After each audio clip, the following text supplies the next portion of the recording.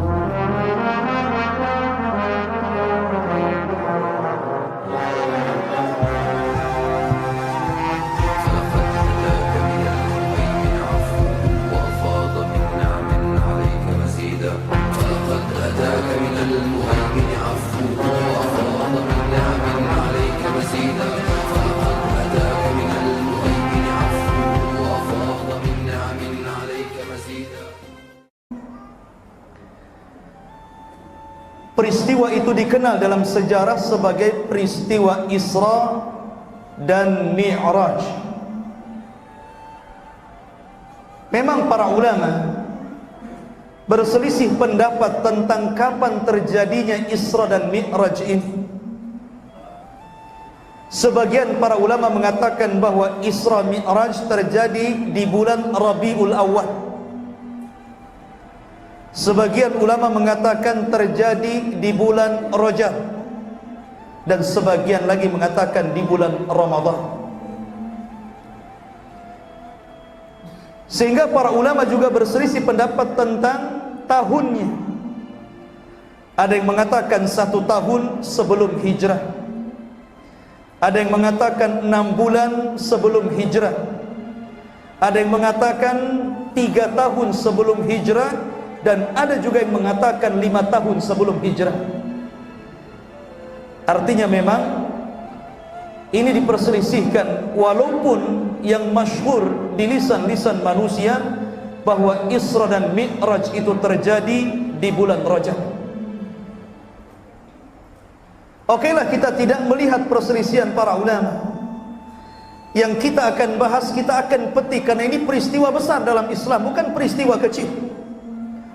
Dan tidak ada satupun Nabi dan Rasul yang pernah di-Isra Mi'rajkan Allah kecuali baginda Sayyiduna Muhammadin sallallahu alaihi wasallam. Ma'asyiral muslimin yang dimuliakan Allah subhanahu wa ta'ala, kita tahu bahwa Isra dan Mi'raj ini ada penyebabnya. Apa penyebabnya?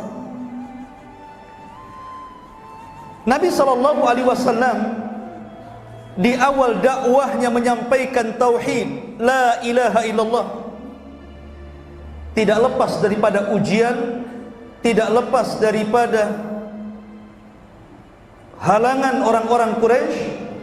Terkadang Nabi sallallahu alaihi wasallam disakiti oleh mereka. Akan tetapi karena di sekitar Nabi sallallahu alaihi wasallam ada yang masih sayang dengan Rasul, maka dakwah Nabi sallallahu alaihi wasallam walaupun sedikit demi sedikit mulai diterima di kota Mekah. Dan orang-orang itu ada 2. Pertama Abu Talib, dan yang kedua Khadijah bintu Khuwailid. Tapi ketika kemudian Abu Talib meninggal dunia, maka mulailah orang-orang Quraisy berani untuk menyakiti Rasul. Bahkan orang yang paling rendah mereka berani meletakkan tanah di kepala Nabi sallallahu alaihi wasallam, karena sudah tidak ada lagi yang melindungi Rasul. Kemudian 2 bulan setelah Abu Talib meninggal dunia, rupanya Khadijah, istri tercintanya, meninggal juga. Subhanallah. Makanya tahun itu disebut Amul Hazni, tahun kesedihan. Karena Rasul ditinggal oleh dua manusia yang paling berjasa dalam berdakwah. Dari sinilah kemudian Allah Subhanahu wa taala menurunkan surah Yusuf. Seolah-olah Allah Subhanahu wa taala ingin menghibur Rasul, sebagaimana dahulu Yusuf didolimi oleh saudara-saudaranya, dimasukkan ke dalam sumur, kemudian dipungut oleh para pedagang, kemudian dijual ke Mesir.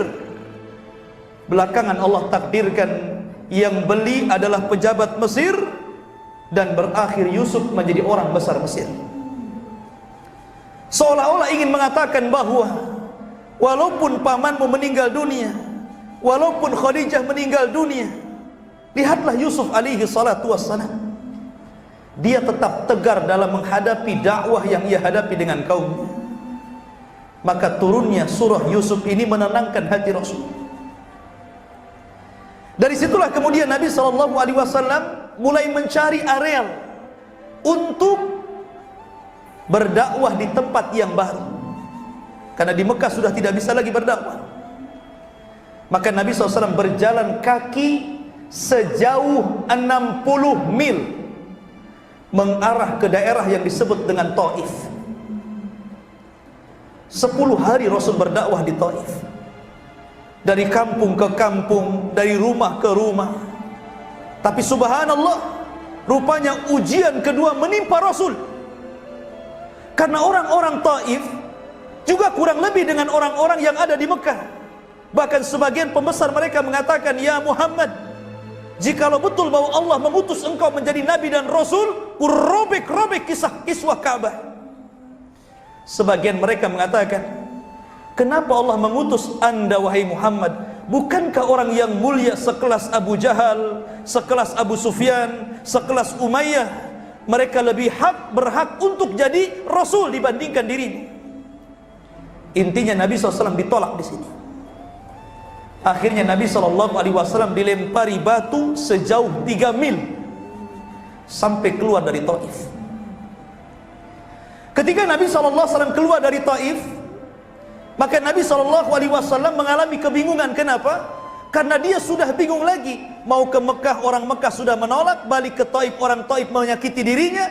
Akhirnya Nabi berhari-hari di perbatasan kota Mekah. Disinilah Allah Subhanahu wa ta'ala kirim satu utusan, bukan malaikat, bukan juga manusia. Utusan itu dari kalangan jin. Rupanya ketika manusia menolak dakwah Nabi SAW, di waktu yang sama jin menerima dakwah Rasul. Ketika Rasul lagi sholat di kebun kurma di perbatasan kota Mekah, datang rombongan jin dari Yaman. Kemudian mendengar Rasul sedang membaca Al-Quran, kemudian tertarik dan beriman kepada Allah. Akhirnya jin-jin ini pulang ke Yaman, mendakwai dakwah Islam. Ribuan jin Yaman masuk Islam. Subhanallah. Tidak manusia, jin ada. Kemudian setelah itu Nabi SAW berusaha mencari perlindungan. Maka Nabi SAW akhirnya berhasil kembali ke kota Mekah dengan hati yang sempit. Sampai Allah katakan, "Qad na'lamu annaka yadiku sadruka bima yaqulun." Allah berfirman, sesungguhnya kami tahu wahai Muhammad, hatimu sesak, dadamu sempit terhadap apa yang mereka katakan kepada dakwahmu. Maka ketika Nabi SAW hampir putus asa dalam berdakwah, di malam hari inilah ketika Nabi SAW sedang tertidur lelap, tiba-tiba Jibril datang dari langit menembus atap rumah Rasul. Ada yang mengatakan ketika itu Rasul sedang berada di rumah Ummu Hani. Jibril mengatakan, "Qum ya Muhammad, bangun wahai Muhammad." Maka Nabi SAW bangun. Tiba-tiba ada dua malaikat membelah dada Nabi SAW, mengambil jantungnya, kemudian meletakkan di bejana dari emas dari sorga dan dicuci dengan air Zam-Zam. Kemudian dimasukkan iman dan hikmah dan dikembalikan lagi ke dalam jasadnya. Inilah pembelahan dada kedua Setelah Nabi SAW dahulu ketika waktu kecil pernah juga dibelah dadanya dalam pangkuan Halimah Sa'diyah. Kenapa Nabi dibelah dadanya kembali? Disucikan jantungnya. Ada apa ini? Rupanya Nabi SAW dipersiapkan oleh Allah akan sebuah peristiwa besar yang akan dikenang oleh sejarah umat manusia, satu-satunya manusia yang akan melebihi derajat malaikat, bahkan seluruh makhluk ciptaan Allah. Rupanya Rasul disiapkan untuk perjalanan besar, perjalanan Isra dan Mi'raj. Karena Rasul akan diperlihatkan kekuasaan yang besar, maka Rasul harus dipenuhi dengan keimanan, dipenuhi dengan hikmah, supaya dia mampu untuk mengambil pelajaran dari apa yang akan lihat selama perjalanan. Mulailah Nabi SAW diajak oleh malaikat Jibril keluar rumah.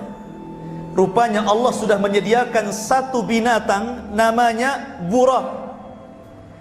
Burak ini lebih kecil dibandingkan bighal dan lebih besar dibandingkan khimar. Maksudnya keledai. Dia lebih kecil dari kuda tapi lebih besar dari keledai, dan memiliki perawakan yang panjang berwarna putih. Kalau datang malam hari bercahaya dia. Dan dalam hadis Bukhari, sekali langkah sejauh mata memandang. Itulah burak. Tapi jangan kemudian digambarkan seperti buraknya Yahudi, Pak, ya.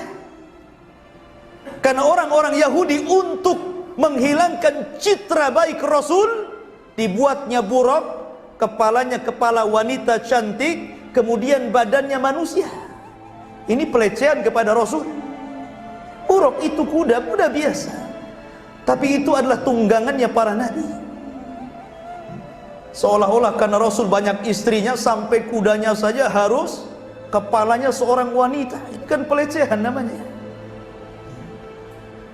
Maka Nabi SAW ketika hendak memegang burak, dan ini ada satu faedah yang sangat besar, bahwa perjalanan Isra dan Mi'raj Rasul bukan ruhnya Rasul, bukan, tapi ruh dan jasad, seperti kita gini. Sebab kalau seandainya perjalanan itu hanya ruh saja, buat apa pakai burak? Langsung saja ruhnya melesat.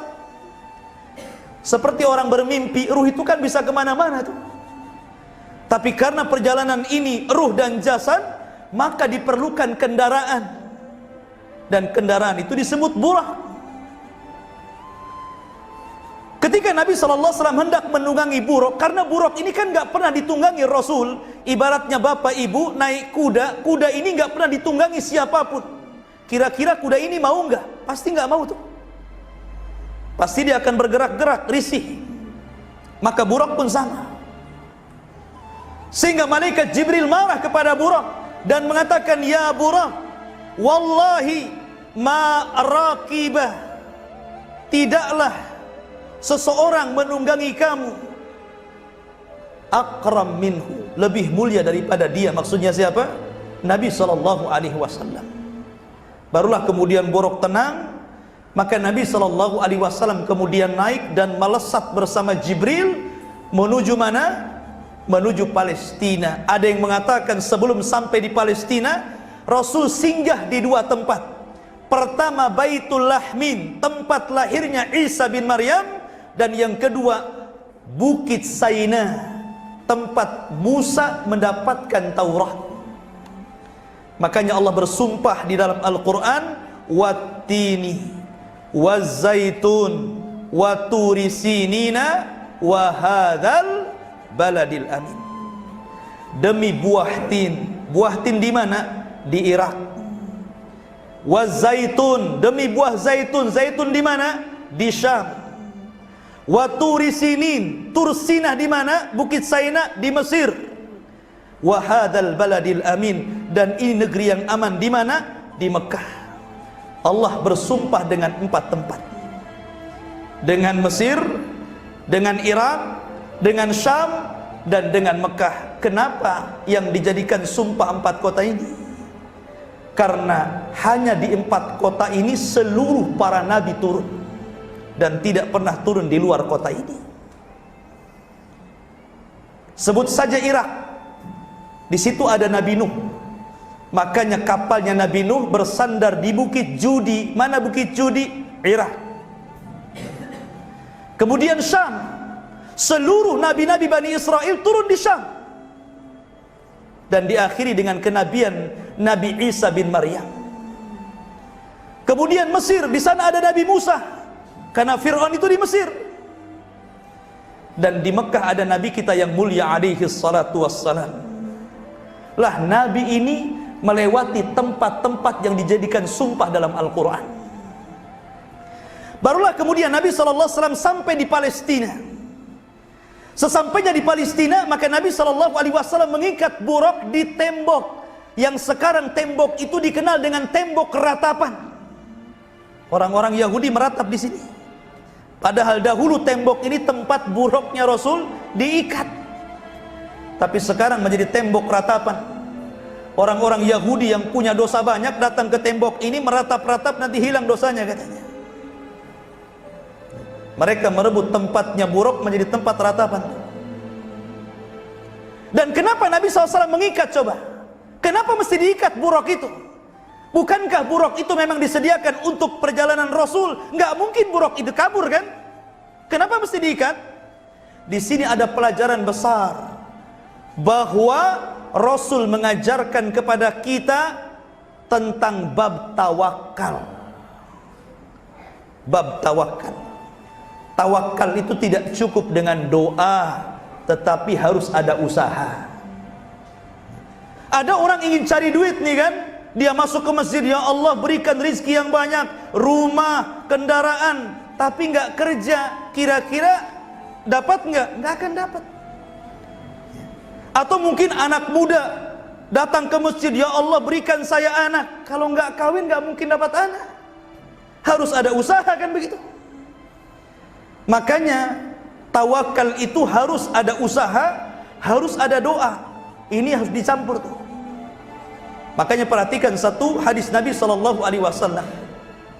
Lau antum tatawakkaluna 'ala Allah haqqa tawakkuli la ruziktum kama yurzaqut tayru yaghdu himasan wa taruhu bitana. Kalau seandainya Anda bertawakal kepada Allah dengan sebenar-benar tawakal, niscaya kalian diberikan rizki seperti burung, di mana keluar lapar dan pulang sudah kenyang. Siapa yang mengenyangkan burung kalau bukan Allah? Kenapa coba? Burung itu ibu bapak, kalau cari makan dia akan berkoloni, nggak mungkin sendiri, rame-rame. Kalau dapat satu burung makanan, dia akan bersiul ke kawan-kawannya, ngasih tahu di sini ada makanan, sehingga makanan sedikit dimakan bareng-bareng. Itulah bedanya burung dengan kita. Kalau kita dapat rizki itu diem saja, nggak mau ngasih tahu untuk saudaranya. Tapi kalau nggak dapat rizki baru ngeluh, ada kerjaan nggak ya? Itulah manusia. Makanya kenapa manusia itu tawakalnya kurang, karena selalu mengeluh. Makanya Rasul mempermisalkan kalau Anda tawakal, maka akan diberikan rizki seperti burung, karena burung itu tidak pernah mengeluh.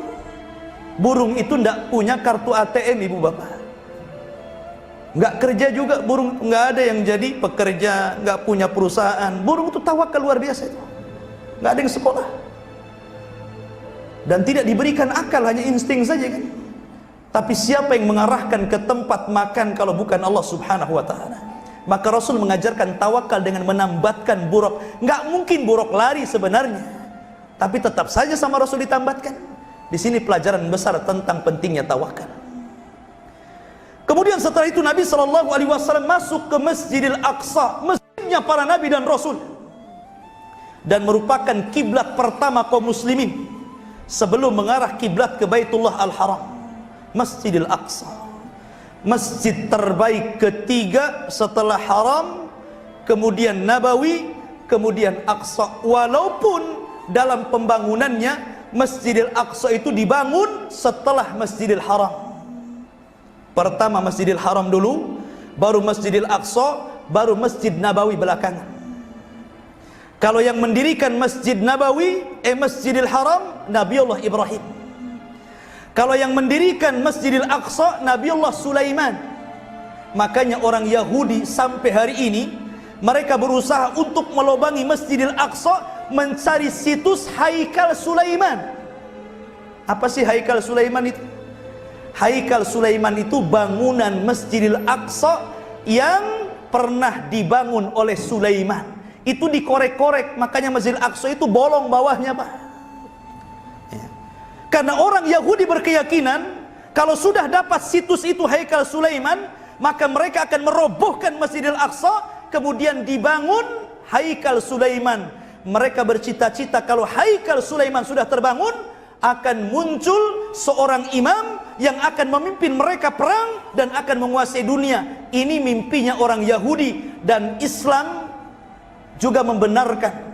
Tapi imamnya Yahudi itu maksudnya Dajjal. Kalau imamnya kita Imam Mahdi, ya kan? Makanya wajar kalau seandainya terakhir kita mendengar bahwa ketika pemimpin Amerika mendukung pengesahan tentang Israel, bahwa Yerusalem harus jatuh ke tangan Israel dan akan dijadikan pusat di mana Israel akan membentuk negara dan jadi ibu kotanya di Yerusalem. Sementara Yerusalem itu jantungnya Syam. Disitulah Yerusalem. Rupanya dua-duanya memiliki kepentingan. Yahudi punya kepentingan, Nasrani juga kepentingan. Tapi di akhir zaman Islam pun punya kepentingan, karena nanti pusat kekuatan kaum muslimin ada di Baitul Maqdis. Makanya Rasul ke sini, ke Baitul Maqdis. Kemudian Nabi SAW setelah mampir di Baitul Maqdis, maka Nabi SAW tiba-tiba ditawari 2 minuman, 1 susu dan 1 khamr. Subhanallah, Rasul ikutin fitrahnya, diambil susu dan dibuang khamr. Makanya Jibril mengatakan, asabtal fitrah wa qad hudita wa hudiyat ummatuka. Sungguh engkau telah mencocoki fitrah, engkau akan diberikan hidayah dan umatmu juga akan diberikan hidayah. Maknanya bahwa Rasul dan umatnya akan senantiasa diarahkan kepada fitrah. Padahal ketika itu khamr belum dilarang untuk diminum, tapi Rasul memilih susu, menunjukkan fitrah seperti itu. Ya. Makanya kemudian Nabi SAW setelah minum air susu, langsung kemudian diangkat ke langit. Dan ini peristiwanya sudah berbeda. Ini namanya Mi'raj. Kalau tadi Isra digambarkan dalam surah Al-Isra, dan Mi'raj digambarkan dalam suratul Najm dalam Al-Quran. Beda surat, dan terletak sama-sama di awal-awal surat. Mulailah Nabi SAW naik ke atas langit. Sesampainya di atas langit pertama, Nabi SAW bersama Jibril. Ketika itu Jibril mengetuk pintu langit, maknanya bahwa langit itu punya pintunya. Makanya di sini ada pertanyaan besar, kenapa Nabi tidak langsung naik dari Mekah ke Sidratul Muntaha? Kenapa mesti lewat Palestina? Kan bisa saja langsung dari Mekah. Kenapa mesti lewat Palestina? Ya. Karena pintu langit itu lewat situ. Pintu langit itu harus lewat Baitul Maqdis. Makanya Rasul naik dari situ dan turunnya juga di situ. Namanya orang masuk itu kan harus masuk dari pintu dan keluar dari pintunya. Makanya kemudian Nabi diangkat dari Baitul Maqdis sampai ke langit pertama. Maka malaikat penjaga langit mengatakan, "Man, siapa kamu?" Kata Jibril, "Ana Jibril, saya Jibril." "Waman ma'aka, siapa yang bersamamu?" Kata Jibril, "Muhammad sallallahu alaihi wasallam." "Awa qad uhiya ilai?" Apakah dia sudah diutus Allah? Kata Jibril, "Ya." "Kalau begitu kubukakan pintu langit." Dibuka pintu langit pertama. Rupanya pertama kali Rasul sallallahu alaihi wasallam melihat sosok bapaknya Adam alaihi salatu wassalam. Adam itu tingginya 60 hasta, ibu bapak. 1 hasta ini 1/2 meter. Berarti kalau 60 hasta tingginya 30 meter. Lebarnya 7 hasta. Berarti kalau lebarnya 7 hasta, berarti Adam itu lebar tubuhnya 3,5 meter kali 30 meter. Tuh tingginya Adam. Ini kalau buat baju ke tailor bingung. Adam itu besar. Dan nanti kita juga akan seperti Adam. Ketika orang masuk surga kan bentuk kita akan seperti Adam. Tingginya 30 meter, lebarnya 3,5 meter. Seluruh penduduk surga seperti itu. Jadi jangan kecil hati yang pendek-pendek. Nanti akan tinggi juga di surga. Karena nanti akan dipermisalkan dengan Adam. Ketika itu Nabi SAW diminta Jibril, ya Muhammad salim ala abik. Wahai Muhammad, ucapkan salam kepada bapakmu. Maka Rasul mengatakan, assalamu alaika ya Adam, keselamatan bagi engkau wahai Adam. Maka Adam mengatakan, marhaban binabiyyin saleh wabnin saleh. Selamat datang wahai Nabi yang saleh dan anakku yang saleh. Ketika itu Rasul melihat Adam menangis. Ketika Adam melihat ke arah kiri, beliau menangis. Ketika Adam melihat ke arah kanan, Adam tersenyum. Ada apa ini? Rupanya ketika Adam melihat ke kiri, karena dia melihat arwah-arwah, ruh-ruh dari umatnya yang diponis masuk neraka. Adapun ketika dia melihat ke kanan, ada ruh-ruh yang diponis masuk surga. Artinya keturunan Adam itu tidak semuanya masuk neraka dan tidak semua masuk surga. Ada yang masuk surga dan ada yang masuk neraka. Kemudian setelah itu Nabi SAW naik ke atas, ke langit kedua. Disinilah Nabi bertemu dengan Nabi Allah Isa bin Maryam dan Yahya bin Zakaria. Maka kemudian menyampaikan salam kepada keduanya. Kemudian naik lagi ke langit ketiga, bertemu dengan Nabi siapa? Nabi Yusuf. Kata Nabi SAW, Yusuf itu diberkahi oleh Allah karena diberikan separuh ketampanan Adam. Makanya di zaman Nabi Yusuf diutus, wanita-wanita itu yang melihat Nabi Yusuf sampai dikatakan waqatta'na aydiyana, dan kami potong-potong tangan. Gak terasa potong-potong tangan saking melihat ketampanan Yusuf itu. Tapi kalau perempuan siapa? Siti Sarah. Siti Sarah itu wanita tercantik dunia karena mewarisi separuh kecantikan Hawa. Jadi Adam itu tampan, Yusuf sudah tampan. Hawa itu cantik karena Sarah itu wanita tercantik. Macam mana pula Darwin mengatakan bahwa Adam itu seperti kera? Kera kan tak cantik ya. Masa kita keturunan kera gitu? Kita ini keturunan Adam. Biarinlah Darwin saja yang keturunan kera. Ya kan?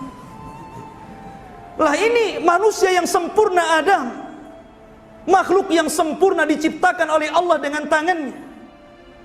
Sampai-sampai Rasul mengatakan la tuqabbihil wajha wa la tadribil wajha. Jangan kau cela wajah manusia, jangan kau pukul wajah manusia, karena Allah menciptakan Adam ala suratihi, sebaik-baik bentuk. Makanya tidak boleh lagi marah itu main mencela muka, itu tidak boleh. Cuman kenapa rata-rata kalau marah sasarannya muka itu masalahnya? Kan banyak badan yang lainnya. Kalau dipukul mesti muka.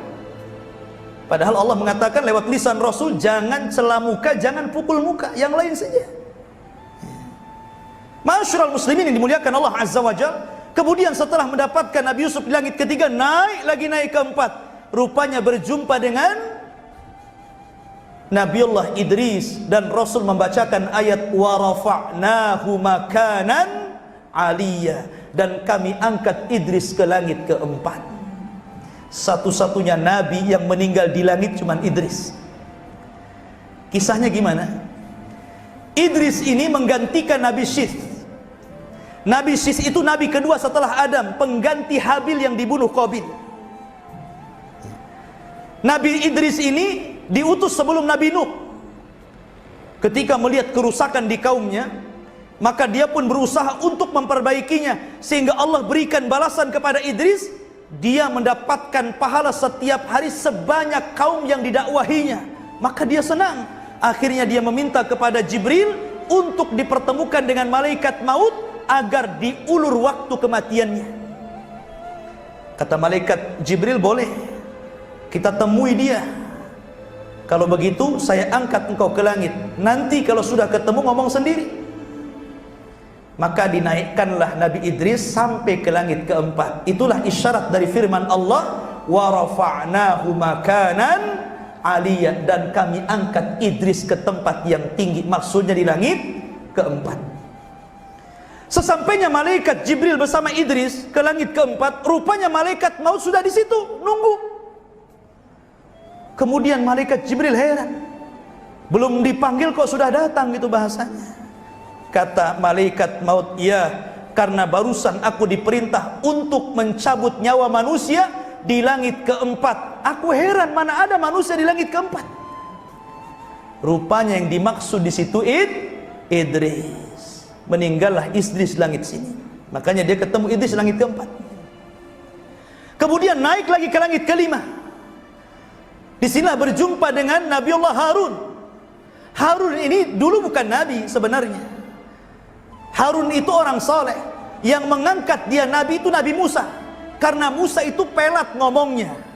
Makanya Nabi Musa berdoa, "Rabbi shrah li sadri wa yassir li amri wahlul 'uqdatam min lisani yafqahu qauli." Ini doanya Nabi Musa ini. Pelat Nabi Musa itu tidak pandai ngomong. Sementara Harun ini adiknya, abangnya pandai orator. Sementara dia menghadapi Fir'aun harus pandai bicara. Ketika melihat abangnya pandai ngomong, orator, maka Musa meminta kepada Allah untuk diangkat Harun menjadi nabi. Maka Allah angkat Harun menjadi nabi karena permintaan Nabiullah Musa, karena yang dihadapi ini Fir'aun. Makanya kemudian Harun diangkat jadi nabi. Kemudian naik lagi ke langit keenam, disinilah berjumpa dengan Nabi Musa. Musa ketika itu menangis ketika melihat Rasul. Ketika ditanya oleh malaikat, "Wa ma yubkika ya Musa?" "Kenapa Anda menangis wahai Musa?" Kata Musa, "Demi Allah, Allah telah mengutus anak muda di akhir zaman, tetapi umatnya lebih banyak masuk sorga dibandingkan umatku," kata Nabi Musa. "Padahal aku sudah berusaha mengajak Bani Israel sebanyak-banyaknya, rupanya umat orang ini lebih banyak dibandingkan umatku." Cemburu Nabi Musa. Kemudian naik ke langit terakhir, berjumpa dengan Ibrahim. Ibrahim itu nabi yang paling mirip dengan Nabi wajahnya. Ya, namanya kakeknya. Ibrahim itu kan kakeknya. Ibrahim punya dua anak. Satu namanya Ishak. Ishak punya anak namanya Yakub. Yakub itu namanya Israel. Maka seluruh keturunan Yakub disebut Bani Israel. Kemudian dari Hajar lahirlah Ismail. Dari keturunan Ismail tidak ada yang jadi nabi, sampai lahirlah nabi kita yang mulia alaihi salatu wassalam. Maka dari sini, kalau akhir daripada nabi-nabi Bani Israel kembali kepada Isa bin Maryam, kalau akhir dari arah Ismail lahirlah Muhammad sallallahu alaihi wasallam. Maka di sini ada dua jalur, semuanya sampai kepada Ibrahim. Dan yang paling mirip wajahnya dengan Ibrahim, Rasul kita yang mulia alaihi salatu wassalam. Ketika itu Ibrahim sedang bersandar di mana? Di tiang Baitul Ma'mur. Apa Baitul Ma'mur? Baitul Ma'mur itu Ka'bahnya malaikat. Nabi melihat setiap hari yang tawaf malaikat di Baitul Ma'mur itu jumlahnya 70.000. Jadi datang 70.000 malaikat masuk Baitul Ma'mur, kemudian tawaf di situ, kemudian keluar dan tidak pernah kembali. Besoknya datang lagi 70.000 lagi masuk ke Baitul Ma'mur, kemudian tawaf, kemudian keluar, tidak balik lagi. Begitu setiap hari. Makanya Allah mengatakan, "Wa ma ya'lamu junuda rabbih illahu." Tidak ada yang tahu berapa jumlah malaikat kecuali Allah. Saking banyaknya. Kenapa Ibrahim bersandar di Ka'bahnya malaikat? Sebagaimana Ibrahim telah membangun Ka'bah di dunia, maka Allah muliakan dengan Ka'bah malaikat yang ada di langit. Itulah Ibrahim. Pertanyaan, para nabi itu kan banyak. Ada para nabi itu disebutkan dalam hadis yang dikeluarkan oleh Imam At-Tabrani kalau tidak salah, dari hadis Abi Dar Al-Ghifari radhiyallahu anhu, bahwa jumlah para nabi itu 120.000 dan jumlah rasul itu 315. Tapi yang kita kenal 25 nabi dan rasul. Itu yang kita kenal, yang disebutkan dalam Al-Quran. Pertama di surah Al-An'am 18 nama, dan lebihnya tersebar di beberapa ayat dalam Al-Quran sehingga jumlahnya 25. Lah di sini ikhwafidin muliakan Allah Subhanahu wa taala. Kenapa di sini dalam peristiwa Isra ini kenapa tidak berjumpa dengan umpamanya Nabi Saleh atau umpamanya Nabi Syuaib Atau umpamanya Nabi Zulkifli atau nabi-nabi yang lainnya. Kenapa cuma nabi-nabi ini saja? Rupanya ada hikmah di balik pertemuan nabi-nabi yang dipilih Allah untuk berjumpa dalam setiap langit. Karena nabi-nabi yang dipilih ini adalah nabi yang paling banyak cobaan ketika berdakwah. Seolah-olah Nabi diperlihatkan, kamu jangan sedih, orang-orang Quraisy menolak kamu, orang-orang kafir menolak kamu. Nih nabi-nabi yang kau temui juga sama nasibnya. Sehingga menetapkan hati Rasul. Coba bagaimana Yusuf dibuang oleh saudara-saudaranya, jadi budak sampai ke Mesir, ya kan? Bagaimana Nabi Musa dikejar-kejar Fir'aun. Kemudian bagaimana Nabi Ibrahim alaihissalam dibakar oleh Namrud.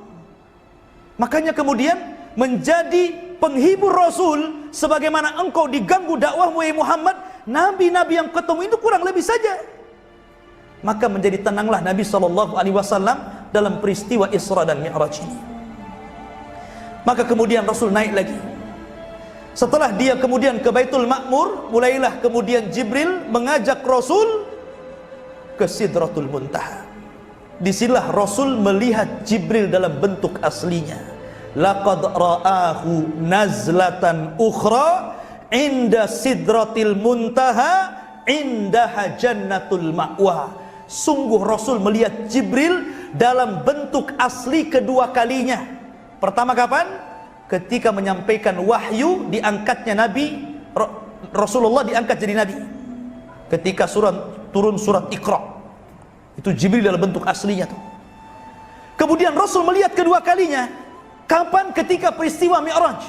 Di sisi Sidratul Muntaha, tiba-tiba malaikat Jibril membuka bentuk aslinya, memiliki 600 sayap, yang satu sayap terbentang antara terbit matahari sampai terbenamnya. Dalam bahasa hadis disebut saddal ufuk.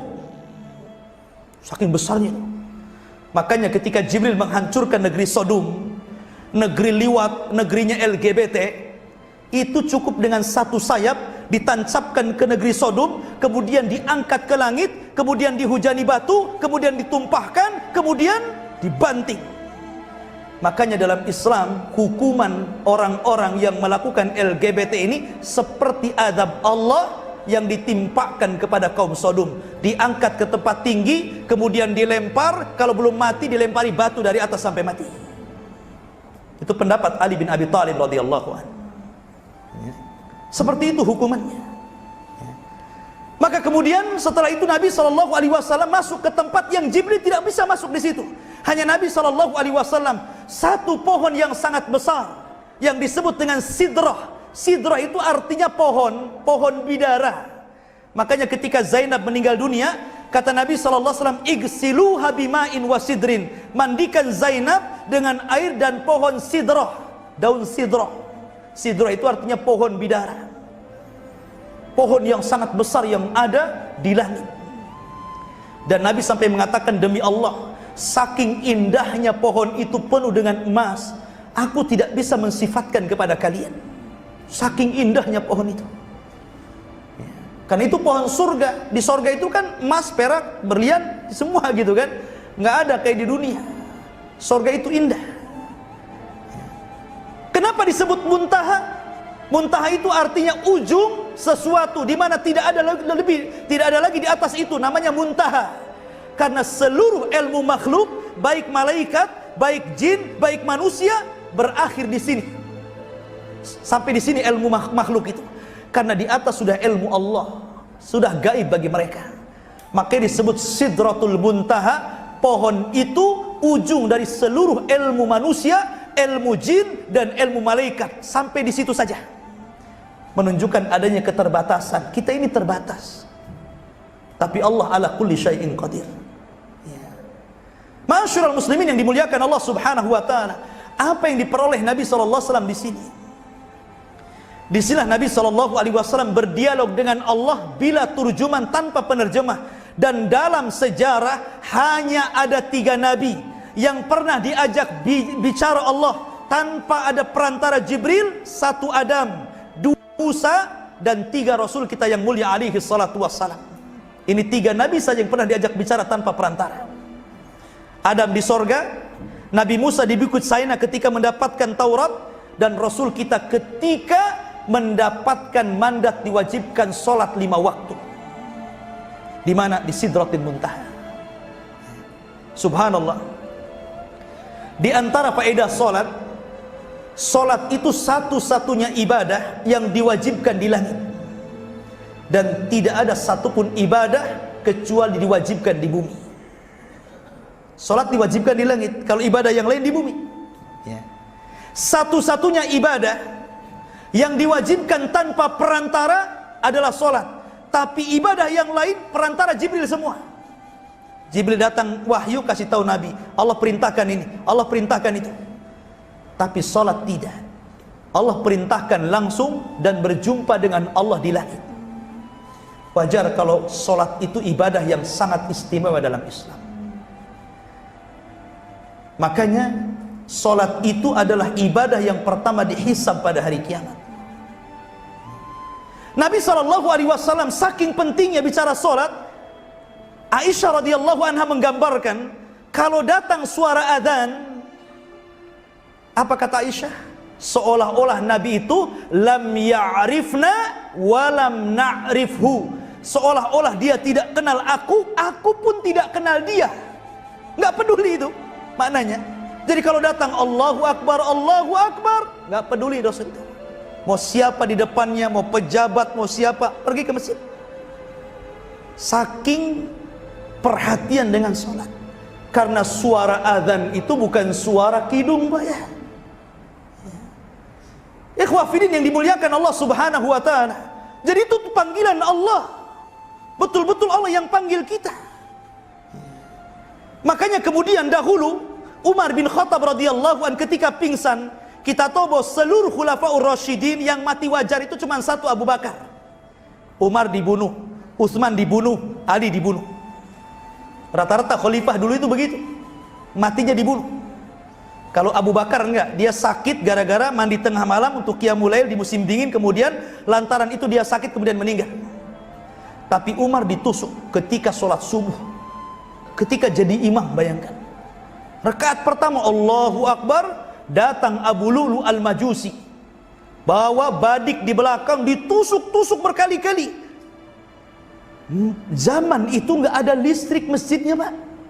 Jadi orang bawa senjata nggak tahu. Nggak ada PLN zaman itu, ATB juga nggak ada. Artinya bahwa masih kondisi gelap. Akhirnya ketika ditusuk nggak tahu, seolah-olah Umar hanya berteriak, akalat ni kalbun.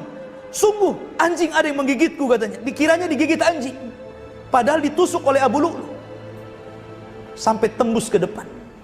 Akhirnya kehabisan darah, kemudian Umar pun pingsan. Dibawa dia ke rumah. Ketika dibawa ke rumah dikasih obat, keluar dari tempat lukanya. Akhirnya kemudian orang-orang bingung macam mana menyadarkan Umar bin Khattab. Rupanya ada yang tahu kebiasaan Umar. Umar itu adalah orang yang perhatian dengan sholat. Saking banyaknya sholat, mata Umar itu sampai ada garis hitam di mana ada tempat melelehnya air mata. Jadi Umar itu setiap malam menangis, sampai bekas lelesan air matanya itu ada bekasnya. Tahu dia jalurnya kemana itu, harus air mata itu keluar dari mana. Kalau kita kan jarang menangis, makanya kalau menangis muncrat kemana-mana gitu, nggak ada jalannya, ya kan?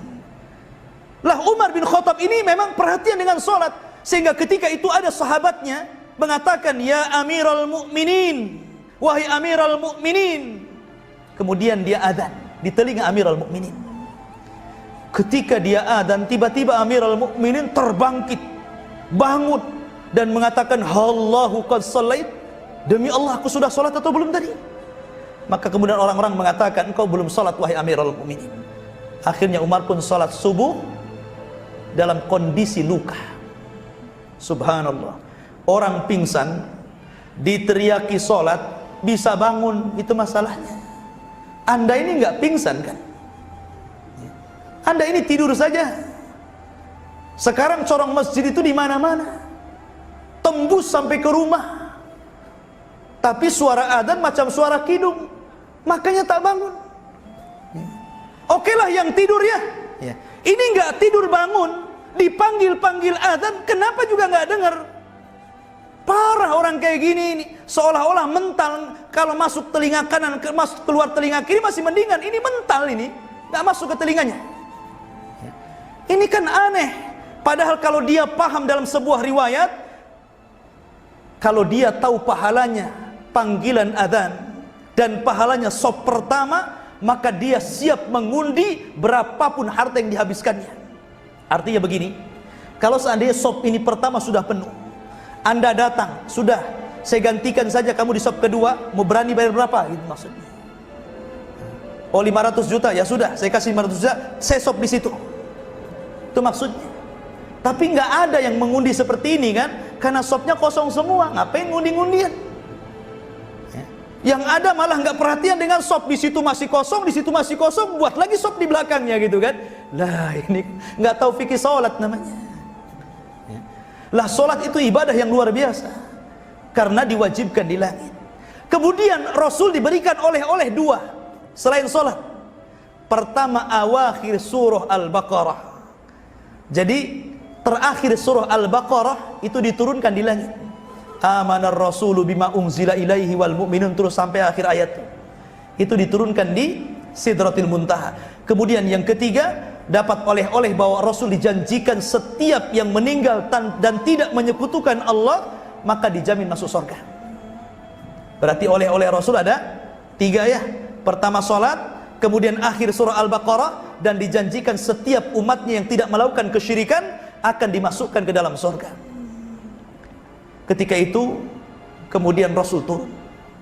Ketika turun itulah Allah perintahkan seluruh malaikat yang ada di langit, seluruh para nabi yang ada di bumi untuk ikut turun bersama Rasul sampai di Baitul Maqdis.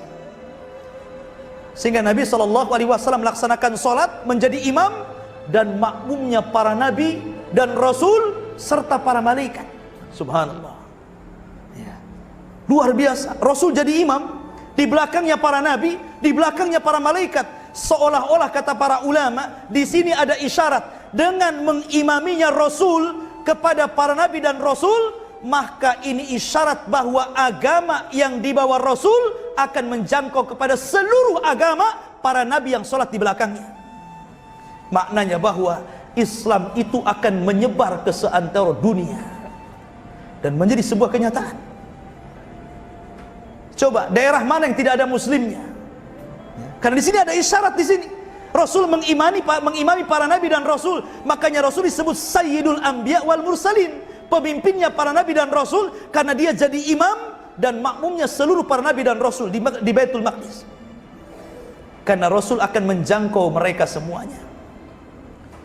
Baru setelah itu Nabi SAW sholat, kemudian pulang kembali menggunakan buraq. Dalam peristiwa ini Nabi SAW diperlihatkan sorga dan neraka.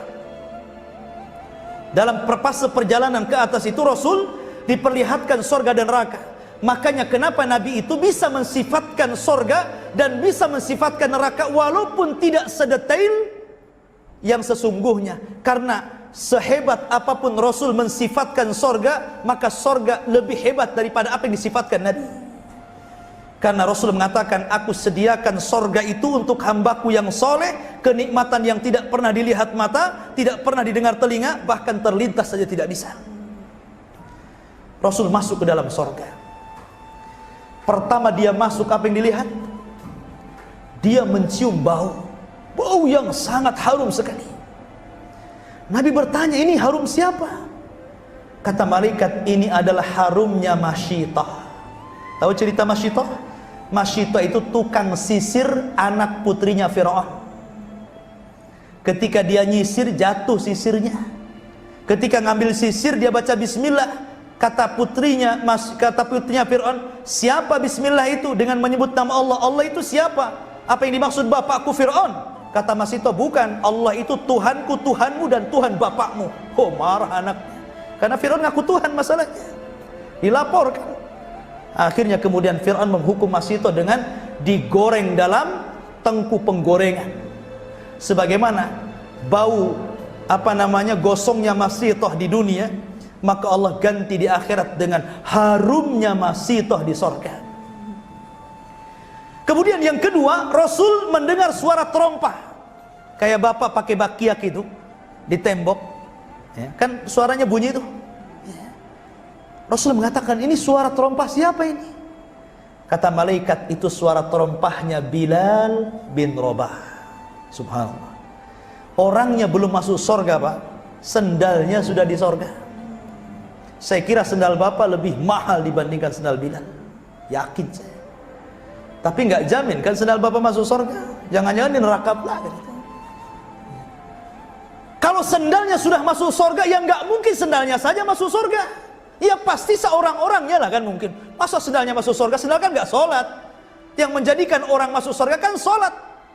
Di sini maksudnya isyarat bahwa kalau sandalnya saja sudah di sorga, tentu orangnya juga akan di sorga. Makanya ketika dia selesai Isra Mi'raj, Rasul bertanya kepada Bilal, Bilal, inni sami'tu khashkhasataka fil jannah. Bilal, aku mendengar suara terompahmu di sorga. Mada tasna? Apa yang kau lakukan?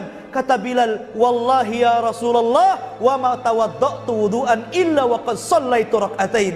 Wahai Rasul, aku tidak melakukan apapun kecuali aku berwudu dan setelahnya aku jaga solat 2 rakaat wudu. Itu saja keutamaan Bilal. Tapi bisa memasukkan orang ke dalam surga karena dia jaga kesuciannya. Batal wudu lagi, batal wudu lagi, batal wudu lagi. Itulah Bilal bin Rabah. Ma'asyiral muslimin yang dimuliakan. Kemudian Nabi SAW melihat istana yang terbuat dari emas dan perak. Di sorga itu masing-masing orang itu mendapatkan 2 istana. Waliman khafa maqama rabbihi jannatan. Bagi orang yang takut kepada Allah, maka dia akan diberikan 2 sorga, 2 istana. 1 milik dia dan 1 warisan dari orang kafir yang masuk neraka dan tidak pernah ke sorga, diwariskan kepada orang yang beriman. Tilkumul jannah uristumuha. Itulah sorga yang diwariskan mereka untuk kalian. Jadi dapat 2 sorga itu, 1 milik sendiri, 1 warisan orang kafir yang dikekalkan di neraka. Tetapi bukan berarti 1 orang cuma 2, tidak. Bisa punya istana 5, bisa 10, bisa 100, bisa 1000, tergantung amalannya di dunia. Makanya Rasul mengatakan, siapa yang membangun masjid di dunia, Allah bangunkan 1 istana di sorga. Kalau anda membangun masjid 10, ya istananya 10, kan begitu. Ataupun hadis mengatakan, siapa yang membaca qul huwallah 10 kali dalam sehari, Allah bangunkan istana di sorga. Bukan qul huwallah, qul huwallah, qul huwallah, qul huwallah, bukan. Qul huwallahu ahad, Allahus samad, lam yalid walam yulad walam yakul lahu kufuwan ahad. 1 gitu kan. Sampai 10. Baru Allah bangunkan 1 rumah di sorga. Jadi orang itu tergantung amalannya, berapa istana di sorga. Kalau di dunia saja Pak, orang punya kos-kosan 9 sudah bangga, ya kan? Kemudian buat lagi 9, makin bangga. Buat lagi 9, makin bangga. Harusnya kita juga bangga dengan banyaknya rumah di sorga. Begitulah seorang mukmin. Taib. Dan banyak lagi kenikmatan yang dilihat Rasul. Kemudian Rasul juga diperlihatkan neraka. Salah satu yang diperlihatkan apa? Ada orang yang kukunya dari besi sedang mencakar-cakar mukanya. Rasul heran. Mahadhan, ada apa ini? Subhanallah, mahadhan. Apa ini? Maka Jibril mengatakan, itulah orang-orang yang ketika di dunia mereka suka melakukan ghibah. Suka melakukan ghibah, yaqauna fi a'radin nas. Mereka mencaci maki pada kehormatan manusia. Seperti itu. Dan ghibah itu artinya dzikraka akhaka bima yakrah, menceritakan saudaranya, dan kalau saudaranya dengar itu tidak suka. Maknanya di sini, walaupun cerita kita baik, kalau dia nggak suka itu ghibah namanya. Apalagi kalau diceritakan itu keburukannya, makin ghibah lagi. Ya. Ustadz yang saya ceritakan itu benar ada pada dia. Kalau memang benar ada, maka engkau sudah menggibahnya. Kalau memang tidak ada, berarti engkau berdusta atas nama dia. Maka selamatnya lisan ini lebih baik dikunci. Falyakul khairan auliyas. Katakan yang baik kalau tidak bisa diam. Karena ngeri dosa lisan itu. Dari sekujur tubuh kita ibu bapak, yang banyak melakukan dosa itu lisan. Sebutkan dosa apa yang tidak ada di lisan, ada semua. Kalau tangan paling mukul, paling bunuh, selesai, ya kan? Kaki paling nendang, mata paling melotot, kuping paling dengar gitu kan yang diharamkan. Kalau lisan ini semua ada. Negara bisa perang gara-gara lisan. Persaudaraan bisa retak gara-gara lisan. Orang bisa saling bunuh-bunuh gara-gara lisan. Ya. Semua gara-gara lisan. Ya. Orang mengajak kepada kesesatan seperti nabi-nabi palsu zaman sekarang gitu kan. Lisan juga yang ngomong. Gitu kan. Jadi semua sesat, semua kebaikan, keburukan itu ada di lisan. Makanya Rasul mengatakan kepada Mu'ad, jaga lisan wahai Mu'ad, karena kebanyakan orang masuk neraka itu diakibatkan lisan-lisan mereka. Maka di sini Nabi SAW menggambarkan bagaimana orang yang suka melecehkan kehormatan orang dengan mencakar-cakar ini. Ada juga Nabi melihat ada orang yang sedang berenang di air darah. Setiap ke pinggir kemudian dibuka mulutnya, dimasukkan batu. Setiap ke pinggir dimasukkan batu, sebagaimana riwayat Samurah bin Jundab dalam Sahih Bukhari. Rupanya ketika ditanyakan siapa itu wahai Jibril, kata Jibril itu adalah para pemakan riba. Ada juga orang yang sedang berdiri, kemudian dipaksa nganga mukanya, mulutnya tiba-tiba dimasukkan api, dikasih makan api. Kemudian ditanya, ini siapa wahai Jibril? Kata Jibril, inilah pemakan harta anak yatim. Makanya Allah mengatakan, innal ladina ya'kuluna amwalal yatama dzulman innama ya'kuluna fi butunihim nara. Orang-orang yang memakan harta anak yatim, hakikatnya dia memasukkan api ke dalam perutnya. Dan banyak lagi, subhanallah. Intinya bahwa Nabi diperlihatkan neraka dan sorga. Kemudian setelah Nabi SAW melakukan perjalanan Isra dan Mi'raj, Rasul kembali ke Mekah. Sesampainya di Mekah, Nabi SAW tertidur sebentar karena memang lelah letih. Kemudian Rasul terbangun di pagi hari, tiba-tiba lapang dadanya, subhanallah. Yang tadinya sempit, yang tadinya sesak, yang tadinya hampir putus asa, hanya separuh malam melakukan perjalanan, besok harinya sudah lega. Alam nashrah laka sadrak. Bukankah kami telah lapangkan dadamu wahai Muhammad? Dadanya lapang, siap berdakwah dia. Kemudian dia ngomong sama Ummu Hani, wahai Ummu Hani, izinkan aku akan ceritakan kisah ini kepada orang-orang Quraisy. Kata Ummu Hani, ngapain wahai Rasul? Orang-orang tidak akan percaya dengan kamu. Bagaimana mungkin perjalanan 1 bulan dari Mekah ke Baitul Maqdis kau tempuh hanya beberapa waktu di malam hari? Bagaimana mungkin perjalanan ribuan tahun sampai ke Sidratul Muntaha engkau bisa melakukan hanya separuh malam? Apa kata orang? Gak usah diceritakan. Tapi Rasul berazam, tidak, ini harus diceritakan. Akhirnya Nabi keluar ke Ka'bah. Baru sampai di Ka'bah dia duduk. Pertama yang lewat siapa? Abu Jahal. Ini yang pertama kali yang lewat. Abu Jahal kok nampaknya Rasul ini ada yang mau disampaikan. Didekati sama Abu Jahal dan mengatakan, masya'nuka ya Muhammad. Hei Muhammad, nampaknya ada yang mau disampaikan nih. Ada apa ya? Oke, Nabi SAW mengatakan, semalam saya begini macam-macam. Abu Lahab langsung serius dan mengatakan, ya Muhammad, bagaimana kalau seandainya aku fasilitasi kamu? Kukumpulkan manusia, kau ceritakan apa yang sudah kau ceritakan kepada aku yang kumpulkan semuanya. Istihza, mengolok-olok Rasul. Karena Abu Jahal paham, tidak mungkin ada orang yang percaya, yang ada justru akan menjelek-jelekan Rasulullah. Kata Abu Jahal dengan seriusnya, biar saya kumpulkan manusia, katanya. Oh, mantap Abu Jahal. Tapi bukan untuk kebaikan, memang sengaja untuk menghina Rasul. Maka Abu Jahal berteriak-teriak, ya Bani Ka'ab istami'u, wahai Bani Ka'ab, wahai Bani Fulan, kemari. Karena yang manggil tokoh masyarakat, pemimpin, seluruh orang Quraisy kumpul. Kata Abu Jahal, ya Muhammad, akhbirhum kama akhbartani.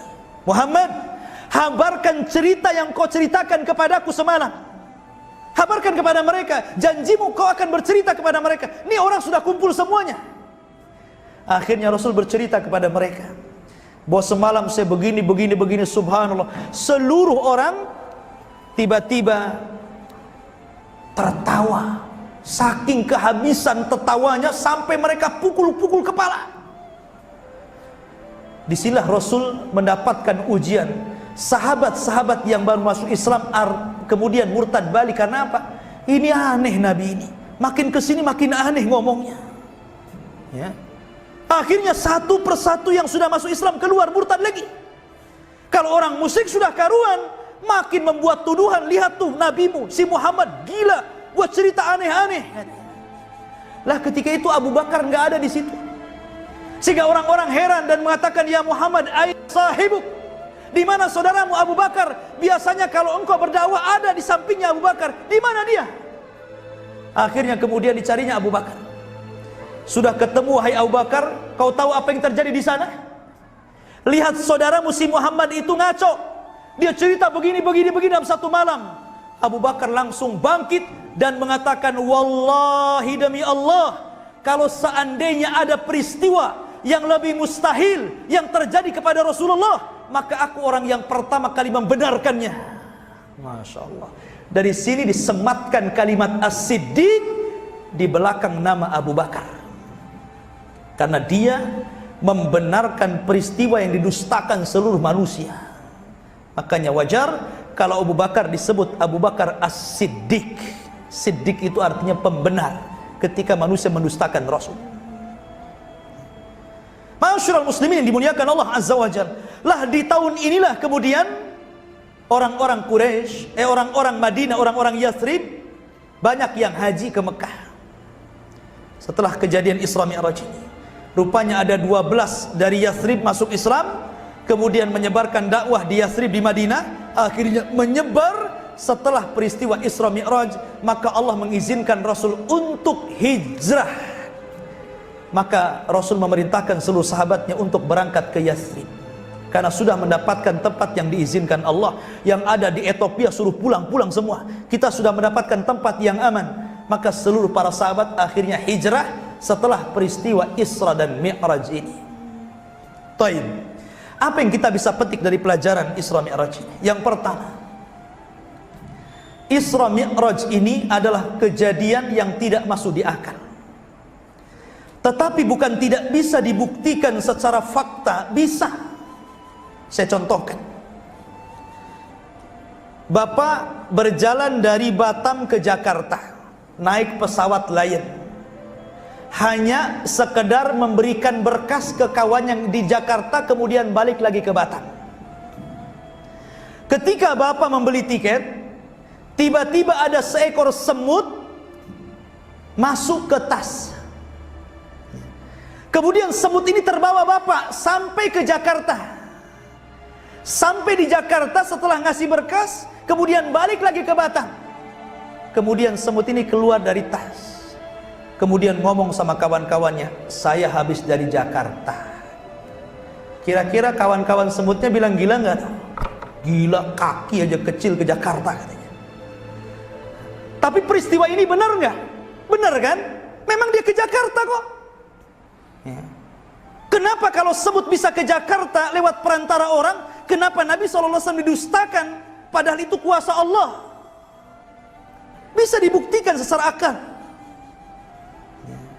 Yang kedua, kita harus bangga dengan Nabi SAW dan harus beriman sepenuhnya bahwa Nabi SAW diangkat sampai ke Sidratul Muntaha. Kalau dulu saya masih kecil, saya didoktrin dengan cerita kisah Neil Armstrong yang sampai ke bulan, sehingga sedikit-sedikit lihat orang sudah sampai ke bulan, kok masih sibuk saja di sini katanya. Harusnya yang kita banggakan bukan Neil Armstrong naik ke bulan, tapi Nabi SAW naik ke Sidratul Muntaha. Lebih tinggi mana bulan dengan Sidratul Muntaha coba? Ya jelas lebih tinggi Sidratul Muntaha karena bulan itu di langit dunia. Itu pun kalau cerita Neil Armstrong benar. Karena ada yang kemudian mengatakan bahwa itu tidak benar. Ketika dikibarkan benderanya, katanya sih konon berkibar-kibar kan itu. Berarti ini kan shootingan di padang pasir. Okelah kita benarkan dia sampai ke bulan, kita tidak dustakan. Memang ada orang yang sampai ke bulan, tapi kita tidak pernah bangga. Justru kita harus bangga dengan Nabi SAW yang bukan hanya sampai ke bulan, tapi sampai ke Sidratul Muntaha. Lebih hebat daripada Neil Armstrong. Kalau Rasul turun membawa syariat solat, Neil Armstrong ini bawa tanah dari bulan. Mulia mana itu tanah dengan solat? Tanah diinjak gitu kan. Salat ibadah kepada Allah. Kita harus bangga dengan Nabi sallallahu alaihi wasallam. Makanya kalau kita cerita, kita tidak hendak membeda-bedakan para nabi dan rasul. Karena Allah mengatakan la nufarriqu baina ahadin mir rusuli. Kita tidak boleh membeda-bedakan antara para nabi dan rasul. Tetapi kalaulah seandainya kita katakan bahwa Nabi Musa alaihi salatu wassalam, ya, ataupun Nabi Idris alaihi salatu wassalam, dia sampai ke langit keempat, maka Rasul sampai ke Sidratul Muntaha. Kalau dikatakan bahwa Adam masuk surga, Rasul juga masuk surga. Bahkan kemuliaan Rasul jauh menjangkau kemuliaan Adam. Walaupun malaikat sujud kepada Adam, tapi kan sujudnya satu kali saja. Karena menggunakan fi'lul madhi, dalam bahasa Arab itu kata kerja bentuk lampau.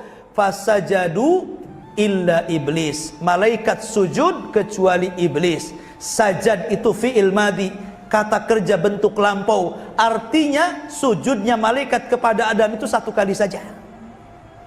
Tapi solawatnya para malaikat kepada Rasul itu menggunakan bahasa fi'lul mudhari, kata kerja bentuk sekarang dan yang akan datang. Maknanya seluruh malaikat solawat kepada Rasul sampai hari ini, sampai kiamat dibangkitkan, sampai masuk surga. Innallaha wa malaikatahu yusalluna ala nabi. Yusallun fi'lul mudhari. Kalau sujud fi'lul madhi.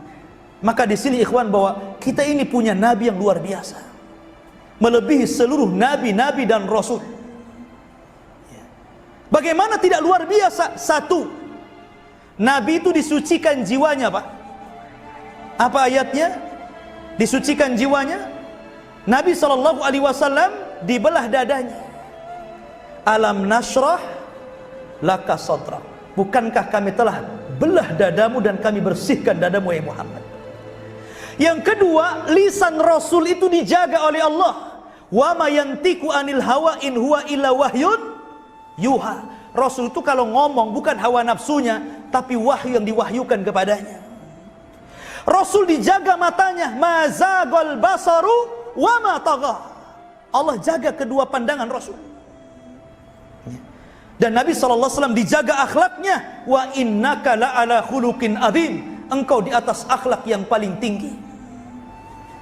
Bahkan wahyu yang diturunkan kepada Rasul, allamahu syadidul quwa. Malaikat Jibril yang mengajarkannya. Dan Rasul punya Al-Quran, mukjizat tertinggi dari seluruh kitab langit yang ada. Karena seluruh kitab-kitab ada pada Al-Quran. Dan Al-Quran itu mengangkat siapapun yang diletakkan Quran padanya. Ketika Quran di bulan Ramadan turun, maka Ramadan sebaik-baik bulan. Ketika Al-Quran turun di malam Lailatul Qadar, maka malam Lailatul Qadar sebaik-baik malam.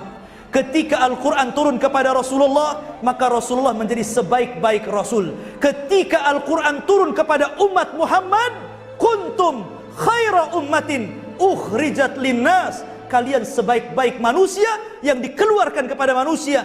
Bagaimana kalau Quran itu turun ke dada kita? Maka Rasul mengatakan, khairukum man ta'allamal Qur'ana wa 'allamah. Sebaik-baik kalian adalah orang yang mengajarkan Quran, yang belajar Quran dan mengajarkan Al-Quran. Masya Allah, ini kehebatan Al-Quran. Dan itu turun kepada Rasul. Jadi kita harus bangga dengan Rasul sallallahu alaihi wasallam. Karena terkadang kita ini kurang bangga dengan Rasul. Buktinya apa? Anak-anak muda di zaman sekarang ini sudah kehilangan teladan. Dia bangga dengan pemain-pemain sepak bola, bangga dengan artis-artis dan selebritis, bangga dengan tokoh-tokoh barat. Kemana kebanggaan Anda kepada Nabi? Makanya kita heran gitu. Kita ini punya Nabi yang paling lengkap dari segala hal. Coba saya contohkan begini, Pak. Kalau ada orang kena musibah, kalau orang sebutkan musibah apa, kalau Anda melihat figur Nabi, tenang kita.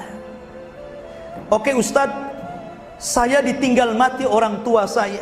Rasul ditinggal mati juga orang tuanya. Dia terlahir yatim. Wa wajadaka yatiman fa'awa. Rasul, anak saya, Ustadz, anak saya banyak yang meninggal. Rasul juga anak-anaknya meninggal. Dia punya anak 7, 6 meninggal ketika Rasul masih hidup. Baru Fatimah yang meninggal 6 bulan setelah Rasul wafat. Tapi seluruh putrinya, seluruh putranya meninggal ketika Rasul masih hidup. Jadi kalau antum atau ibu bapak meninggal anaknya, Rasul juga meninggal anaknya. Ustadz, saya ini sudah lama kerja, hanya ngojek online saja, penghasilan segini, asih miskin. Rasul juga sama, 15 tahun jadi pengembala kambing. Berapa gaji pengembala kambing coba? Dan mungkin kalau antum dibuat pengembala kambing, mikir-mikir juga lah, kan gitu kan? Ini pengembala. Rasul 15 tahun jadi pengembala kambing. Oke, kalau kita bicara dakwah, kita baru nasihati orang, sudah dimarahi. Rasul bukan dimarahi, dicaci maki. Kita tidak pernah berdakwah dilempari orang. Kita tidak pernah berdakwah diserbu orang mau dibunuh. Kita tidak pernah berdakwah berusaha dikejar-kejar orang-orang Quraisy untuk diambil kepalanya dan dihadiahi. Tapi Rasul semuanya sudah ada pada Nabi. Apapun musibah yang menimpa kita pernah ditimpa Rasul. Anda pernah kelaparan? Rasul pernah kelaparan, 3 hari tidak makan.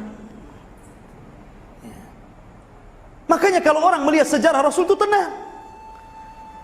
Orang itu kadang ngeluh karena tidak pernah melihat nabinya pernah diuji seperti yang Allah uji kepada kita. Tapi kalau seandainya kita terus mengaca kepada Rasul, bagaimana akhlak Rasul, bagaimana musibah yang ditimpakan Allah kepada Rasul, demi Allah, musibah yang ditimpakan Allah kepada kita tidak secuilnya dari musibah yang ditimpakan kepada Rasul. Karena Rasul mengatakan asyaddal bala indallahil anbiya, seberat-berat ujian yang Allah uji pertama para nabi, kemudian orang-orang yang mengikutinya. Maka kita harus bangga ya. Maka peristiwa Isra Mi'raj ini mengajarkan kebanggaan kita kepada Nabi SAW. Kemudian yang ketiga, di sini kita dianjurkan untuk memperhatikan sholat. Salat itu ibadah yang luar biasa. Jangan sampai dilalaikan. Sampai-sampai Nabi SAW pernah mengatakan, kalau seandainya Anda ini mandi sehari 5 kali, kira-kira bersih nggak Pak? Pagi mandi, siang mandi, sore mandi, malam mandi, jam 3 mandi. Sehari mandi 5 kali, bersih nggak kira-kira badan kita? Bersih. Yang ada kayak mujair dalam air terus kan begitu. Itulah sholat. Kalau setiap hari 5 kali kita sholat, bersih dari dosa kita ini. Asal dicuci saja setiap hari. Jadi orang yang melakukan dosa itu maka bisa dihapus dengan sholat. Karena dalam sholat itu ada istighfar, ada pengagungan kepada Allah, ada membesarkan Allah, macam-macam doa dalam sholat itu. Jadi kalau kita menjaga sholat 5 waktu, bersih dosa kita. Itulah bagaimana kemudian Nabi SAW mengajarkan para sahabatnya agar anak-anak di usia 7 tahun itu suruh dididik sholat. Kata Rasul apa? Muru auladakum bis sholati wahum abna'us sab'in. Perintahkan anak-anakmu sholat di usia berapa? 7 tahun. Ingat Pak ya, kalau bapak punya anak usia 7 tahun sudah harus cerewet kita ini. Nak bangun sholat, sholat nak, sholat nak. Dan harus sabar. Karena Allah mengatakan dalam Al-Quran, wa'mur ahlaka bis salati wastabir alaiha. Perintahkan keluargamu untuk sholat dan sabar ketika memerintahkannya. Karena usia 7 tahun, ibu ya di belakang.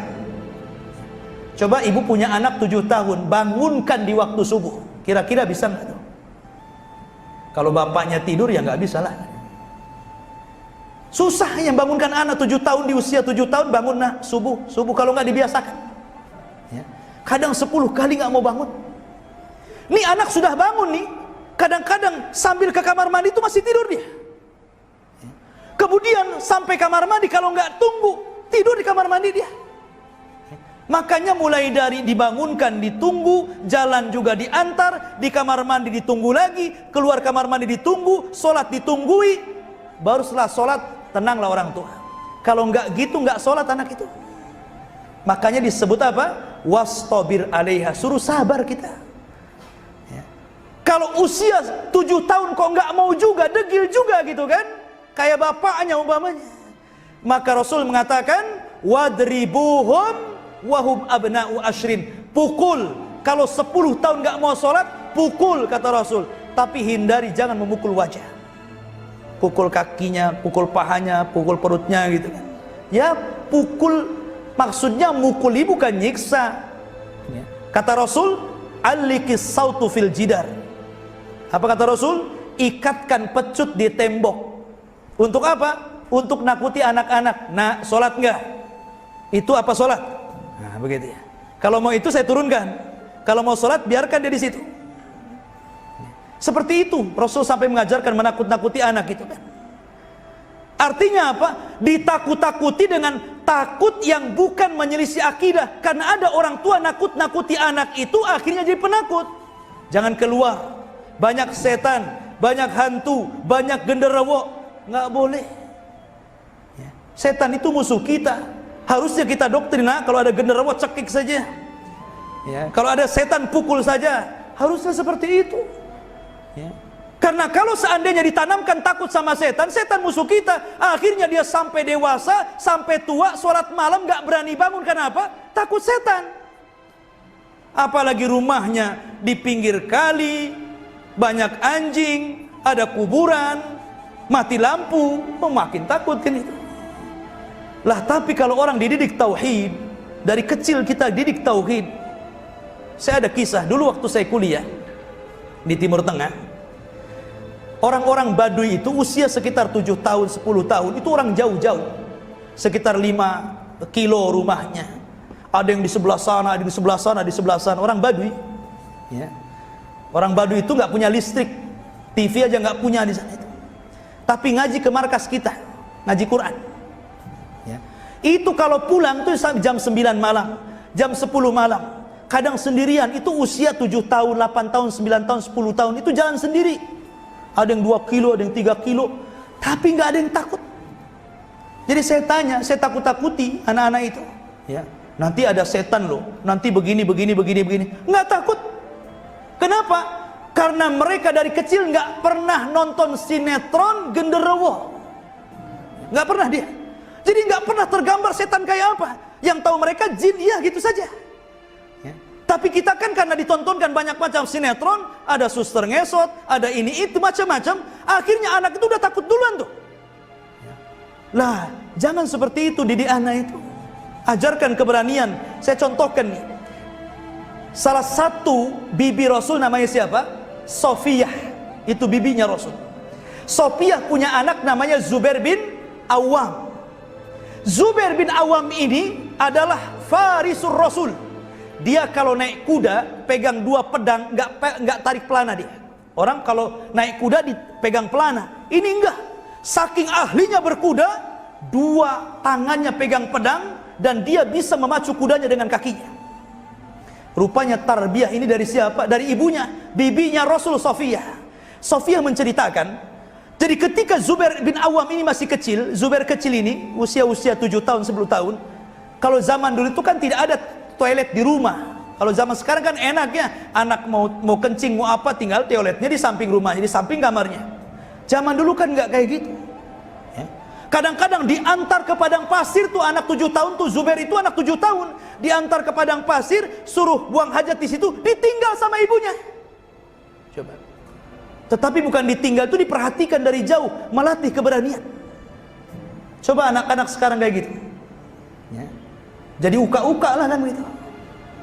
Taruh di tempat gelap, biarin gitu kan. Nggak ada yang berani, ibunya saja nggak berani gitu.